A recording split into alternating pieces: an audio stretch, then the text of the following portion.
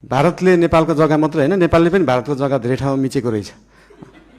अनि यो कुरा चाहिँ अस्ति भर्खरै थाहा पायो। त्यही भएर दुईटै देशले अध्ययन गरेर हामीले मिचेको छौँ, उहाँहरूले मिच्नु भएको छ, के छ त्यसलाई चाहिँ बसेर एउटा साथीको रूपमा समाधान गर्ने चाहिँ हामीले सोच राखेका छौँ। उपत्यकामा रहेका खोला किनारमा जुन एकदमै जोखिमपूर्ण अवस्थामा बस्नु भएको थियो, उहाँहरूलाई चाहिँ अर्को ठाउँ सार्ने काम गरेको हो। हामीले उहाँहरूलाई त्यो हेर्दाखेरि, तपाईँहरूले हेर्दाखेरि त्यो खेदाको अवस्था देखे पनि यो 4 वर्ष अगाडिदेखि नै म स्थानीय सरकारमा हुँदा नै सङ्घ सरकारलाई भनेको कुरा चाहिँ के थियो भन्दाखेरि उहाँहरूलाई त्यहाँबाट स्थानान्तरण गरेर होल्डिङ सेन्टरमा राखेर जो सहीमा सुकुम्बासी हुनुहुन्छ, जसको चाहिँ देशभरि कतै पनि एक धुर जग्गा पनि छैन, एक आना जग्गा पनि छैन, उहाँहरूलाई चाहिँ त्यो जग्गाको व्यवस्थापन नेपाल सरकारले गर्नुपर्छ। त्यो हाम्रो सरकारको र हाम्रो पार्टीको मान्यता हो, त्यो उहाँहरूले पाउनै पर्छ।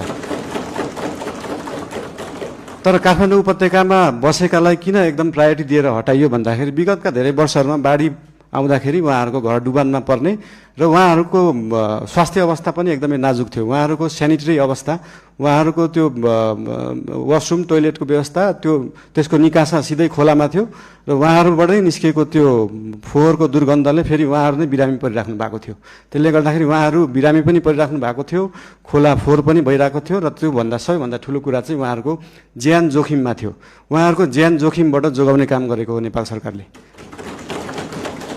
र जहाँसम्म उहाँहरूलाई जग्गा व्यवस्थापन गर्ने कुरा छ त्यसको निम्ति भूमि सम्बन्धी हाम्रो समिति पनि बनिसकेको छ। हाम्रो मन्त्रालयले काम गरिरहेको छ, 2-3 मन्त्रालयले यो विषयमा काम गरिरहेको छ। अस्ति अर्थमन्त्रीज्यूले पनि यही आर्थिक वर्षभित्र हामी यो गर्छौँ भन्नुभएको छ।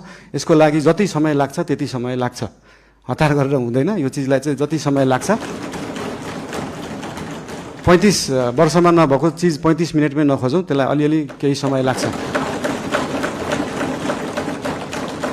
र लिम्पिया धुराको बारेमा उहाँले सोध्नुभयो, अघि पनि भनिसके। यो चाहिँ डिप्लोमेटिक रूपमा टेबल टक। तपाईँहरूलाई एउटा कुरा अचम्म लाग्छ होला, मैले पनि अस्ति प्रधानमन्त्री भएपछि नै थाहा पाएँ, भारतले नेपालको जग्गा मात्र हैन, नेपालले पनि भारतको जग्गा धेरै ठाउँमा मिचेको रहेछ। अनि यो कुरा चाहिँ अस्ति भर्खरै थाहा पायो। त्यही भएर दुईटै देशले अध्ययन गरेर हामीले मिचेको छौँ, उहाँहरूले मिच्नु भएको छ, के छ त्यसलाई चाहिँ बसेर एउटा साथीको रूपमा समाधान गर्ने चाहिँ हामीले सोच राखेका छौँ। धन्यवाद। सहकारीको विषयमा पनि सोध्नु भएको थियो। सहकारीको विषयमा पनि अहिले एउटा कोष खडा गरेको छ र बाहिर न्युजमा आए जस्तो नेपाल सरकारको पैसा गएको मात्रै जस्तो देखिन्छ। हामीले सहकारीबाट उठाएको पनि पैसा छ। अस्ति लास्ट विकको रिपोर्ट हेर्दाखेरि 3 करोड जस्तो सहकारीबाट उठाइएको थियो, 50-60 लाख जस्तो दिएको थियो। यसको मतलब सरकारको पैसा गइरहेको होइन, हामीले सहकारीहरूबाट उठाएरै उहाँहरू पीडितहरूलाई पैसा बाँड्ने हो। त्यसमा कुनै पनि कन्फ्युजन नराख्न अनुरोध गर्न चाहन्छु। धन्यवाद।